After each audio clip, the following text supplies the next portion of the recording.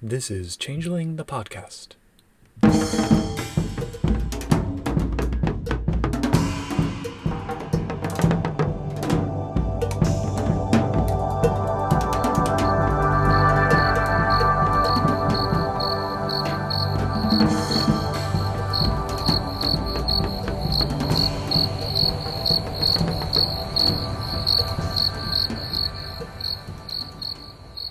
Welcome to Changeling the podcast. Come for the glamour, stay for the vibes. I'm your host, Josh. This is a special episode where we're going to be talking about Storyteller Supplement book, Book of Days, written by our very own other host, Pooka. Say hi, Pooka. Hello. So, you wrote a book called Book of Days. Why don't you tell us what this is? The elevator pitch. Yeah. Yeah. So, Book of Days, it's meant to be a year-long sort of resource for storytellers and players to basically any day of the year be able to look up some kind of event or celebration or holiday somewhere in the world and possibly use that as a story hook or just some other kind of fodder for a Changeling chronicle. There's an entry for each day of the year, including February 29th, because you can't leave out Leap Day. And yeah, that's in a nutshell. There's also some essays on time and memory and life cycles and how that is part of the changeling experience, and some rules about temporal mechanics and things like that. So there are some crunchy bits, but the vast majority of the book is just a calendar, essentially. Okay. What inspired you to write this book? I think three things in particular. So, one is that I wanted some kind of mechanics to approximate what in Mage are called junctures. And junctures are these particular moments of time or holy days where magic just seems stronger. And I thought, well, it seems like Changeling should have something like that as well. And in the canon of Changeling, there is a lot about the wheel of the year and the holidays that the Fae celebrate. So the traditional equinoxes and solstices, the cross quarter days in the Celtic calendar, all of that. And there are a few oblique references in books like Dreams and Nightmares, for example. There are things that say, oh, on these particular days, if you go into the dreaming to get these particular kinds of dream stuff to craft chimera, you'll get particularly potent material on that day.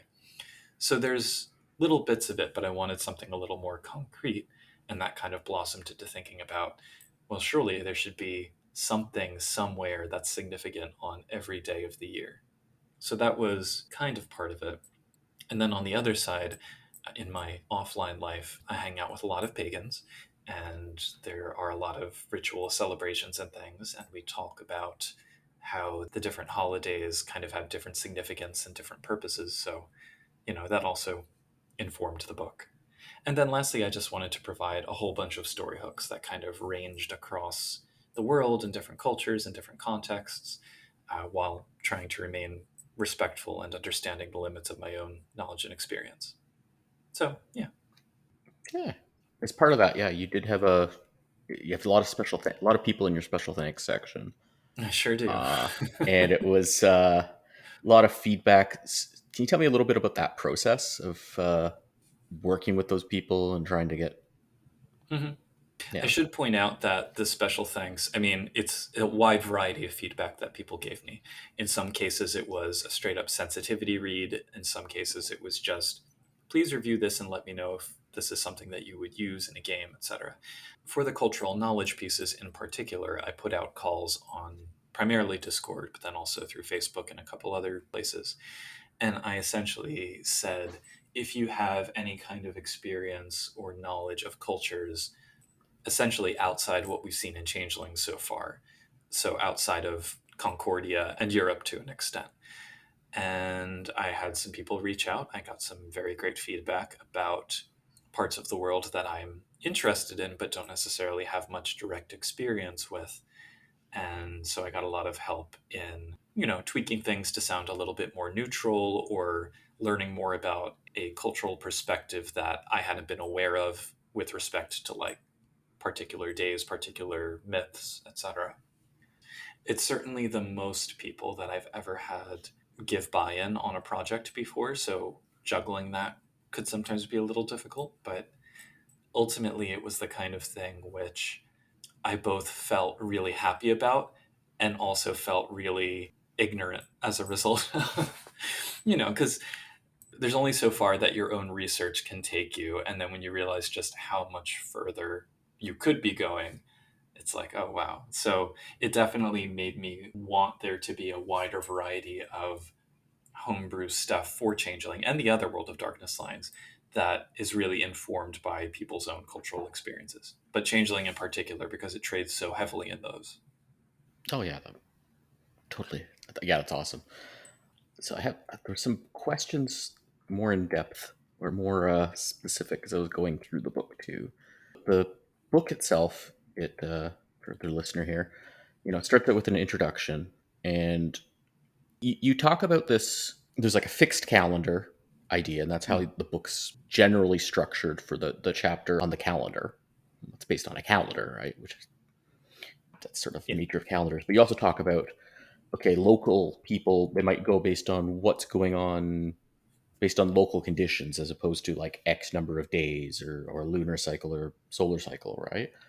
Mhm. But what I'm trying to figure out is how to apply that where I live if it came up because the seasons here are not it's not just that it doesn't always follow the same year. So it's like right now it's particularly warm, right? For this Yes. time of year. But it's also we'll get the weather goes back a lot.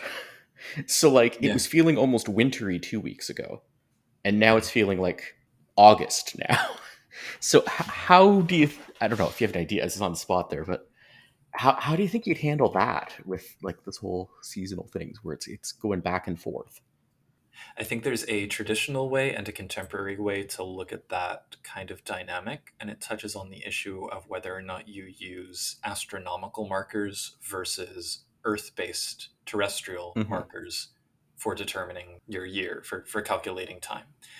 And traditionally, so I actually had this discussion with someone on Discord earlier today where they said, well, okay, if Samhain is meant to be the start of winter, the end of autumn, beginning of winter, then why is that when the Unseelie take charge? Because then that gives them winter and spring should be a Hmm. Seelie thing. And it's like, well, if you think of it as the seasons are divided by equinoxes and solstices, it's based upon the shortest and longest days and nights, the balance points of the year, then yeah, it doesn't hold up. But in the traditional system, October 31st, November 1st, which is hopefully when this episode will be going out, so there's some synchronicity there, that was the traditional start of winter because it was the end of the harvest. And Yeah. spring is still kind of that dark time that, things are stirring and beginning to sprout. But February, March, and April in the Celtic countries, in Ireland, they're still pretty gray, they're pretty muddy and cold and wet. So we have an idea nowadays that, oh, spring is like warm and bright and happy, and therefore it should be Seelie, but that's the kind of thing that changes over time. And that's why also like Yeah. the summer solstice is midsummer. It's not the start of summer in the traditional reckoning. I've had way too many snowstorms on May 2/4 weekend here for me to fall Yeah, for. yeah. For example, yeah. Yeah. And So that kind of, so to the contemporary point of view, it kind of raises the issue of climate change and how that gets integrated into all of this. How do mhm. changelings deal with that? And I didn't want to go down the rabbit hole of that, both because it's really depressing and because this book is already 100,000 words, give or take. Yeah. But it's absolutely something which, in a game, discussions around these things could come up between the Kithain. Hmm. Yeah, but you could have like the local, the near dreaming or the chimerical aspects of things going wintry and then back to Mhm. summer and then back to like as the Yeah. weather changes or something. Okay, yeah, And the other layer that you have on top of that is the changeling specific metaphorical thing of banality with autumn and then endless winter. It's like yeah, if a snowstorm pops up in the dreaming, is that reflective of, oh no, the Fomorians are coming, or is it reflective of the climate's all fed up? So, yeah. I mean, there's definitely glamorous, bright things in winter too. So it's all the yeah, of metaphor. course. Yeah. So when yeah going through the calendar here, did you have any like tough choices of like Oh, yeah. something that ended up being on the cutting room floor that you would have liked to put in there? Oh, dozens. I mean, so many. So the process for this, I mean, the first thing I did, even before I started writing, was I went through every single Changeling book and made a giant spreadsheet with 366 rows and kind of put page references in every book where I could find some acknowledgement of a commemoration, a festival, an important date, etc. So canon material that already existed was my primary source, and I really tried to get as many of those in as possible. There were some which, even though I had a specific date, there was no other information. So it would be things like the Battle of whatever during the Accordance War. And there are a couple of those that I did expand and kind of create story hooks around, but the vast majority of things that didn't have any backup, I left Hmm. those out. But there were still ones that, had extensive write-ups in the canon, so I felt like I had to include them, and they co-occurred with other really interesting culturally significant holidays outside of the game. So the more difficult part was actually finding stuff for dates when I truly had nothing, and just kind of Hmm. picking random events that I found references to, like on Wikipedia or whatever, and exploring those further and thinking about how might that apply to changelings. That sort of actually leads to my next question. Are there any that you just sort of made up entirely yourself as opposed to taking Oh, something absolutely. existing? Yeah. Several. Okay. I don't know that I necessarily want to point to Yeah, exactly which that's fine. ones. But well, but the readers, that's something to look for to try to figure out. Well, I'll mention one, and this is a little bit of kind of like a meta, I don't know, dig at the edition wars maybe. So for June 30th, I believe it was. It's a very vague sort of description, but the gist of it is like there's weird things where reality seems to change, where there seem to be alternate ways that things could have gone, and memory plays tricks on you. And we know that certain things happened, but the details are fuzzy. And it's dancing around the 20th anniversary revision of the Week of Nightmares, which took place at that point with the Evanescence. So it's like, oh, people have memories that the Eye of Belor opened on this day, but they know that's not true. And so, like, that was because I couldn't find anything else for June 30th that was really compelling to me. So I was like, yeah, I might as well make something up for this.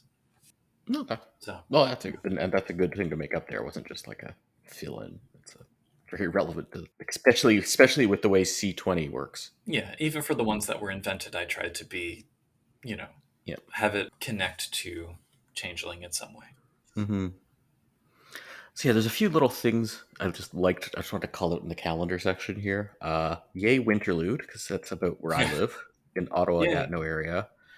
That's another example of it's a very Sealy festival Mm. in February and very winter focused. So I think that's a And I mean, writing this was really educational because I had no idea it existed. I yeah. mean, I had never heard of it and then came across it and said, oh, that fits. Yeah, there was a few other like Canadian things. I'm like, I'm not going to push you on putting that in because there's like good stuff in those other times, and it's some of it's depressing too. So Yeah. anyway, yeah. So that's The Calgary Stampede made it in. So, yes, that I've never been to, but I've actually been to ah, Calgary. But I did want to comment as a resident knocker that the real because you have Pi Day in there, and I like the Pi mm. Day write up, but I'm like the real knocker hipsters celebrate Tau Day on June 28th, but which is Well, they may, but no, I know it's not in the popular culture. Yeah. yeah. So first of all, I tried to make this book generally accessible to Oh wait, that's everyone. Stonewall. Never mind. Definitely. Yeah, and that's the other thing. I was not going to replace No, with Stonewall. Tau Day. So, Wow, I never clued in that that's the same thing. yeah. And it's yeah, and that's definitely a Concordian thing because I don't think anybody does dates that way outside of Concordia anyway. But yeah, I liked your write up of the Evanescence. I'm of mixed feelings on the Evanescence itself, but I thought you covered Yeah. it well. And as someone who, I mean, grew up in New Jersey, has, lived in New York for many years, have many friends who were here on 9/11. I'm doing this recording from Manhattan at the moment. It was something that I felt like I had to be very delicate about. And I Hmm. feel I'm also of mixed feelings about them using that as the kind of inflection point for all of the, dark glamour and everything. Hmm. I understand why they did it, but I did also feel that it remained somewhat unexplored because it's kind Hmm. of anomalous, right? I mean, there's references to things like tararams and shimmers, these sort of eruptions of glamour that periodically have happened since the shattering. But this is the only example where we see a very direct reference to one of those and its impact on changeling society. Yeah, like So, a lesser, because I mean we do have the resurgence, which you also covered quite well. But yeah, yeah, you did Stonewall on June 28th. That was also a good write up on that. I thought for all sorts of readers from different backgrounds to get what they need. And I just yeah, and the I won't bring up the Pluto's a planet debate because yeah. that Well, could also get so many. There's so many layers to that. It's not. and that's the kind of thing that, well, so I think what I would want readers to take away from this, there's kind of two things. One is to have that same feeling of discovery, like, oh, I had no idea this was even a thing, regardless of what date it falls on, just having a Hmm. story that comes up and generates ideas. But then also for the ones that are well known, striking that balance between giving due diligence to people who are involved in the culture that it's referencing, but then also making people who aren't part of that culture feel like they at least have a basis of knowledge. And so it was a very delicate process to get all that stuff correct, to like really hit that. And I don't think I hit it in every case, but I did the best I could. Yeah. So, And this is another on the spot question, so maybe we'll. oh no. But is there any day you'd say that in the process of making this book, you either learned about or learned a lot more about or different sides about that you want to call out or say like or bring up as notable? I'm not going to say like most or whatever, but Well, okay, I will say as a class of things, I learned a lot more about the sort of motivations and stories behind Muslim holidays, okay. which, I had been familiar with but didn't really know a lot about. Yep. I suppose that's true actually for a lot of the sort of cultures that I don't have direct, experience. Hmm. I mean, I shouldn't say I don't have direct experience with, but I'm not part of that culture and I've never celebrated one of those holidays. So, in cases like that, either through doing my own research or talking with someone who does celebrate them, it shed a lot of light for me on those days. Hmm. Yeah, I don't think there was a particular date, though, that really stands out to me. Yeah, maybe I should say for the listener here who hasn't read the book, the way you structured the calendar chapter, you had It's a giant dates in chapter. blue. Sorry, what? It's a giant chapter. It's like a 115-page chapter. Yeah, it's most of Yeah. the book. You have dates in blue that are just under our Gregorian calendar. That's the date, right? The one that Yep. most people are familiar with as a calendar. And then you have pink days. Those written in pink, those are like, it's like third Sunday in November or whatever, right? Like those kind of Yeah. The movable feasts. movable feasts. And then you have that they're from other calendars Hmm. and with pink in brackets where it's an approximation. So like Chinese lunisolar calendar, that one fluctuates a lot, same as the Hebrew calendar. But there's the Islamic calendars, especially because that's a purely lunar calendar. Yeah. So yeah, you put in things for that, and that you sort of said based on when this book was published, roughly would be roughly Yeah. where it corresponds. Because yeah, you wait long enough, and anything here that's in December will be in July. So for Islamic calendars, that just Yeah. But then if you wait another 15 years, it'll be in December again. So. yeah. Yeah. I mean, the strategy for those was so for things like the Chinese calendar or the Hebrew calendar, they fluctuate, but the dates of a given holiday are always within a specific range because the calendars do have, Hmm. it's not random fluctuations. There's a structure to them. You can at least have it in the right section of the book, right section Yeah, of the well, I chapter. picked I picked the midpoint or Yeah. as close to the midpoint as I could get. Hmm. So something like the Lunar New Year, for example, or the Chinese/Lunar New Year. I think I had it pegged to the 2nd of February because it's kind of always around then. So it can be Mm-hmm. late January or early February. So I picked a date near the middle. With the Muslim holidays, and I have this note at the start of the chapter, it's like technically it's the date that it will be a couple years from now. So that if someone is reading within the next 4 or 5 years, that date is roughly correct. And presumably, if you set your game within the next few years, that date is roughly correct. Mm-hmm. Okay. Is there anything else you wanted to bring up on the calendar section? It was a lot of fun at first. It's just then, I mean, by the end, I felt like I was really scraping the bottom of the barrel. But I'm grateful to Mm-hmm. everybody who kind of gave suggestions and gave feedback and offered up ideas. I'm also, as we're recording and as I'm scrolling through, I'm seeing so many little formatting errors that I'm really frustrated by. So I may release an updated version in the near Yeah, future. that's something with the Storyteller Vault you can do, right? Like relatively Yeah. easily. It's funny because like I get very perfectionist until the 11th hour and then I just want it out the door and out of my Yep. life. And so those last little bits just kind of fall through the Uh, cracks. you So, have the knocker frailty too. I see. yeah, basically. Yeah. Oh, and one other thing I wanted to say about the calendar, I really liked that you have October 31st in there twice because it starts on Samhain and ends on Halloween, and I love that bookending that you did Which is there. the new year.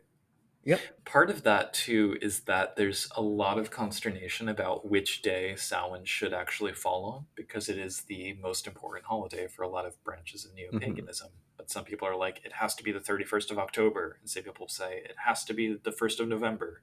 I think in some traditions it's also the 2nd of November, but Well, it yeah. comes from a pre-Roman calendar, right?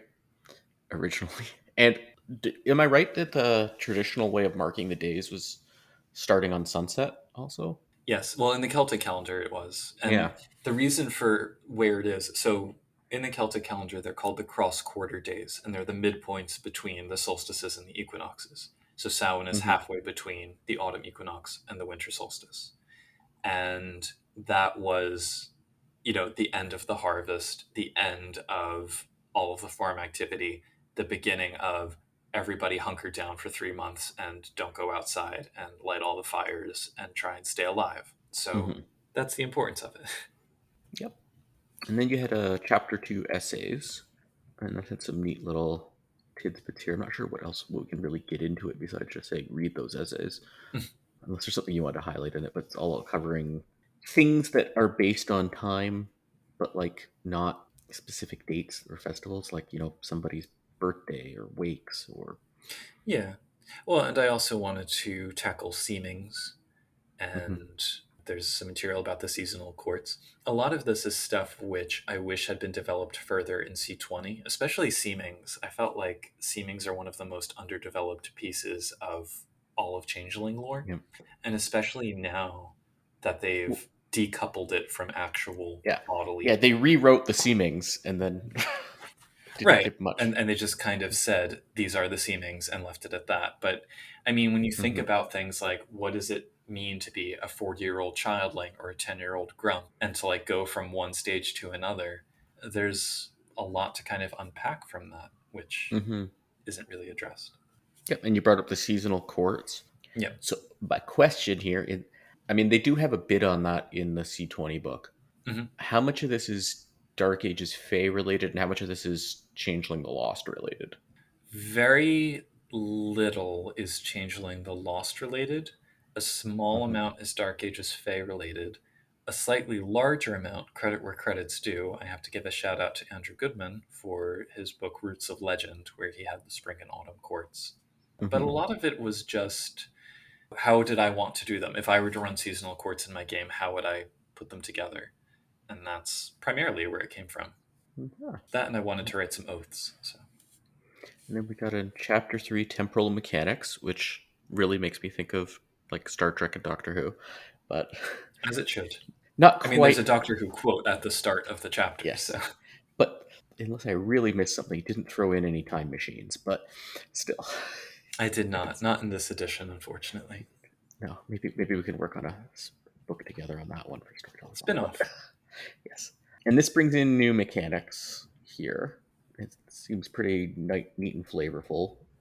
I mean, you list them as optional mechanics, right? But it's also optional in the sense that, like, even if you said this was part of your game, it won't necessarily come up just because it's the right situation for it. It doesn't come up a lot. So, but I like it. It's Yeah. like that's the kind of thing I really like in these Storyteller Vault supplements.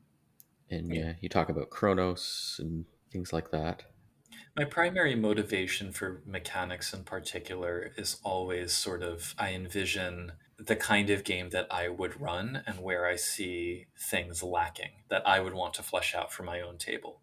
So something like one of the mechanics that's in there is like kind of establishing a formula for how time flows differently in the dreaming. Because I thought about, well, Hmm.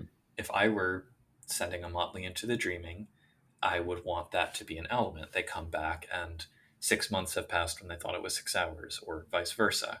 And it's the kind of thing that you don't necessarily want to just leave to, oh, I'll make it up on the fly, you Hmm. know? And so having a mechanic for it, whether or not you want to use it, is just something I like to incorporate. And so for this book, obviously everything to do with time seemed Hmm. appropriate. Yep. And you have something on remembrance and memory too. Yeah, that was fun. Because Hmm. remembrance, not enough people take dots in remembrance, and I wanted to give it some teeth. Whenever I've played or run Changeling, it's very common as a background. Is it? It's like, yeah, it's definitely higher than Dreamers. Wow. It's Well, yeah, that's another one that doesn't get nearly enough attention, but should. I always take dreamers. I'd say it's kind of Remembrance is like, well, do you want title? Yes or no? Well, you got to think about resources. Do you want a freehold, chimerical background, and then Remembrance probably. But that's still ahead of a lot of other backgrounds. Yeah. My go-tos are always like dreamers, treasure, resources. Like those are the three. So Yeah, but it's of the ones after that, like you really have to explain why you don't have them. Remembrance comes up, I think. Like people are like, oh, I have leftover background points. They probably put it in Remembrance, in my experience. But yeah. Well, and there's also just such a wealth of merits that are very story appropriate that I think those Mhm. also distract people. And speaking of merits, you also put in a bunch of new merits and flaws. I did. Is there any of these you'd want to shout out? I think I would shout out Gawain's Boon and Bane, which can be either a merit or a flaw.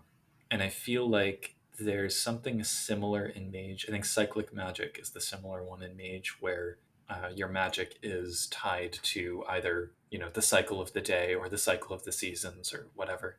So I actually learned this from the role-playing game Pendragon many years ago when I played that as a kid. That Sir Gawain, as in Gawain and the Green Knight from Arthurian legend, in the lore, he's stated to have strength that increases as it approaches noon and then decreases to normal levels. So he becomes like superhumanly strong at high noon.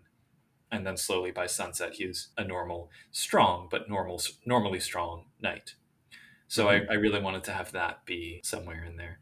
And then I also liked having the unstuck in time one as well, just because that was something, again, that in the transition to C20 was kind of lost in the exchange, is the she slipperiness that they have in relation to the time stream, which has extended discussion in Noble's The Shining Host, which just never gets brought up again. So I wanted to bring some of that back in. Yep. Oh, I liked also how that was structured because he has 3 points merit, 2 point flaw, supernatural, but they're not mutually exclusive. That's like Yeah. that's a Yeah, yeah. nice So you could little, take both. Yeah. yeah. They pair up well, and then it's just like a 1 point merit that has drawbacks, sort of. I liked actually you made time sense actually better. Yeah. Well, that was the That's a idea. common merit in so many World of Darkness books. You're like, also, you don't get the penalty with taking the time realm, which in C20 is actually very powerful. So, Yeah. And there's also in Noble's The Shining Host, there is that secondary ability that is, it's not changeling time. Is it temporal sense or time sense? And it's you actually need it to use the Chronos art in the first mhm, edition. So they obviously got rid of that because they democratized Chronos, but I still yeah, wanted to have that as something which wasn't an ability. yeah, I like it. But yeah, I found it a bit clunky in Shining Host, but I think this is a good approach to this here. And then you have Chimera, which are fun, some holiday focused Chimera from or festival or whatever. Slash seasonal. I mean, Yeah, seasonal. Yeah, the firecracker chimera sounds. I don't know. That sounds scary, but yeah. and then I don't know why. You have several like seasonal lichens or holiday, whatever, certain lichens or certain time periods. Yeah. I finally understand what lichens are about. Like I read through the C20 player's guide. I'm just like, I don't what. Like somebody told, and then I read this. I'm like, oh, that's why I would have that in my game. So Yeah, I think I want to bring in both these, but now I know how to bring in other lichens too. Just from I don't know why it suddenly clicked in my head this little bit. and I think I also learned how to use them by writing this, because Okay. that was a motivation for me as well. I was like, I want to figure out how to use these, because there were things like, I think it actually started with the May Queen one, because I Hmm. thought they're kind of roughly intended to correspond to the four major holidays. So Jacko Slaughter is a Halloween Hmm. slash Samhain creepy horror film type. Hmm. Is it Lycan or Lycian? I always say Lycian, but I don't know what they Oh, intend. Lycian. You might be right. Yeah, they're not Anyway, he's one little of those. Lycians. Let's go. Yeah. Don't trust my pronunciation of anything, listeners. I spent the first 15 years of me playing Changeling calling it Chimera. So like just Well, as a descriptive linguist, I will say there's no wrong way to pronounce things, just different ways. okay. I'd had very unique pronunciations from role playing games. Changeling, they're dreaming. Yeah. Anyway, so there was supposed to be a Salin one, an Imbolc one, a Beltane one, and a Lunasa one. Because you could easily do like really powerful Santa Claus chimera or an Easter Hmm. Bunny chimera, but the associations with objects or places, I mean, they're kind of like unique in anime, and I really Hmm. like that. Well, it's like this is how you bring in the Jersey Devil or the not seasonal Right. focus, but just like Lycians in general. It'd be like this is how you bring in the Jersey Devil. This is how you bring in Yeah, yeah, yeah, yeah. Slenderman. This is how you bring in Loch Ness monster, right? Like it's yeah. Yeah. So they were fun to make and kind of figure out the, because I tried to tick all the boxes, like get one of each of the different kinds of guys and the different kinds of Hmm. shape. And I don't know, some of them are probably more powerful than others, but I enjoyed Hmm. the story ideas that I had from each of them. I think Candlemas is probably my favorite. I like the name just Jacko Slaughter. It's just such a Yeah, that too. They were fun to make. and then you have treasures, and I like that these are old school treasures that aren't just arts. The rabbit's pocket watch is fun, and the peaches is immortality, and pomegranate seeds. That was neat, tying in with the dead and whatnot. I think the maypole one is probably the most like a C20 treasure, because it has four dots of arts as a level four treasure. It's just Hmm. pick what you want. So Yeah, yeah, and it's like I'm fine with that system as like a fallback, or you can also do it this way. yeah, yeah, yeah, But yeah, I like especially when you're writing up a book like this. It's nice to have some flavorful treasures. yeah. It's the Uh, difference between, and I think even in, certainly in second edition, maybe even in first, the treasure background that was always an option. But it's the difference between starting from dots and saying, okay, what powers can I put in that match these dots, versus starting with the object itself and its powers and saying, okay, what level would this be? mhm. And then you have a index of events by Kith, so that ties back to the calendar chapter. So what led you to go? This is each Kith gets their own, or not each Kith, but like to sort these by Kith.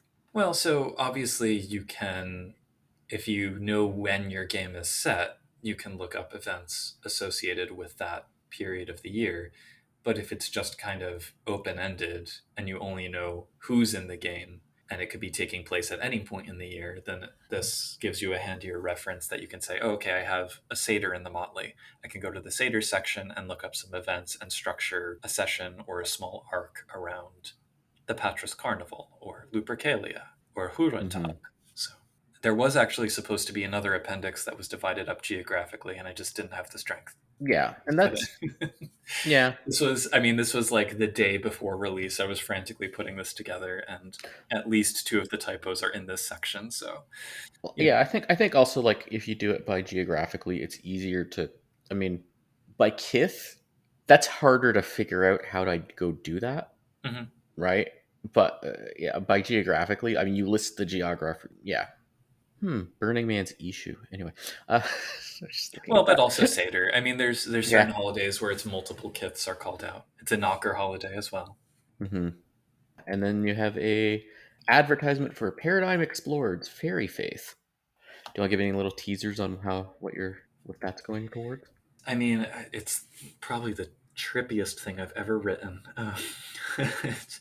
I'm still in the middle of writing it. I've gotten back some edits and comments from a few readers, but it really, I think, grew out of realizing that I play Changeling like Mage and I play Mage like Changeling. That Mm-hmm. and I wanted hard rules for Kithain mages because they're potentially one of the most overpowered splats in the world of darkness and they need to be reined in a bit. Aw.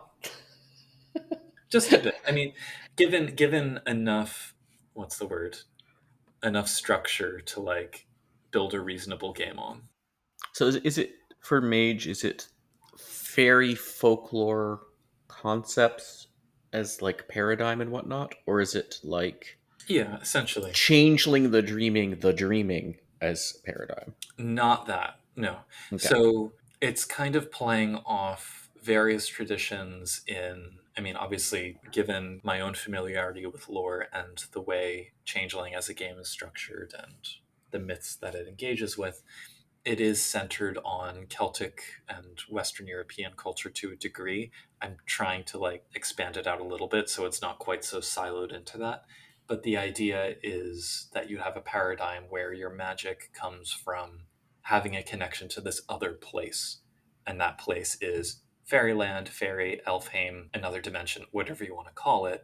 It's Mm-hmm. semi sentient. Essentially, it's the dreaming to an extent. There's a lot of conflation between the dreaming and the umbra and the source of magic. Yeah, that reminds me of another episode we should do at some point. What is a fairy? But Yeah, it'll be a big episode. yeah. So yeah, that's the gist of it. And it's in the tradition of a series of books that have been appearing on Storytellers Vault. I think there are two so far. First was friends of the show, Terry Robinson and Josh Heath did one on Norse magic, and then friend of the show, Charles Siegel, did one on hypermathematics as a paradigm. So that was the inspiration, or that's the structural inspiration for the book. Essentially, it's a giant character sheet, like a 20,000 word character sheet Mm-hmm. with a few extra tidbits. So this is normally when we're interviewing a guest about their work. I'd ask them what else they're working on, but I feel like in this podcast you you can bring that up a lot. But is there anything else you want to shout out to that's not really changeling related that you're working Well, on, or? aside from Fairy Faith, which I guess tangentially is changeling related, I'm involved in a collaborative project about liches. I think I could talk about it at this point, but that will also be a Storyteller's Vault supplement for Mage. I have a couple other things on deck that there's always another project to tackle. Mm-hmm. So yeah, I think that's about it. Unless there's anything else you can think of. One last piece that I will say is in the middle of creating this book, because this was like a 6 month endeavor. It wasn't supposed to be, but it turned into a 6 month endeavor for many reasons. But in the middle of that, the Midjourney AI art creator dropped, and I had so much fun creating art for this book. So, Mm-hmm. not a lot. I mean, it's probably a dozen pieces that are scattered throughout, and you can really see their AI aesthetic, but it was really fun to kind of create Xanadu as seen by an AI. That and the story at the beginning. I always enjoy when projects force me to kind of level up other skills like Photoshop or whatever. That's it. We need a podcast where you just talk about how to make Storyteller Vault supplements. Yeah, it is. It is definitely. I mean, people all have their own techniques and whatever else. Okay. So is there anywhere else people can follow you on the internet? I'm basically everywhere as Pooka G, primarily on Discord for the Changeling the Podcast Discord or elsewhere. I have a Twitter under the same account, which is just occasional role playing related stuff. Occasionally, I'm on Twitch under that handle. But yeah, Discord I think is really the best place to find me. Mm-hmm. Is there anywhere besides Changeling the Podcast Discord? Well, there's the Mage the Podcast Discord. I'm in a bunch of random servers. Yep. There's the Onyx Path one. There's the Classic World of Darkness one. I mean, I've kind of accrued a number of them. I like Yep. joining Discord servers and I hate leaving them. So I have a bunch of dead servers that I'm in. But yeah, just Discord in general is where I live these days. Okay. So yeah, thanks for giving us this exploration of this new book. I highly recommend everyone check it out, and not just because Pooka's my co-host. Thank you. Yeah. Once again, been Changeling the Podcast. You can find us at changelingthepodcast.com, where you can find our Discord where Pooka Gar hangs out. And you do too. I mean, Yes, I do. we have a small Zen10. community. Yep. We have our Facebook Facebook page for Changeling the Podcast. We're on Twitter as ChangelingCast, at ChangelingCast. You can email us at podcast@changelingthepodcast.com. And Stop by our Patreon at patreon.com/changelingthepodcast.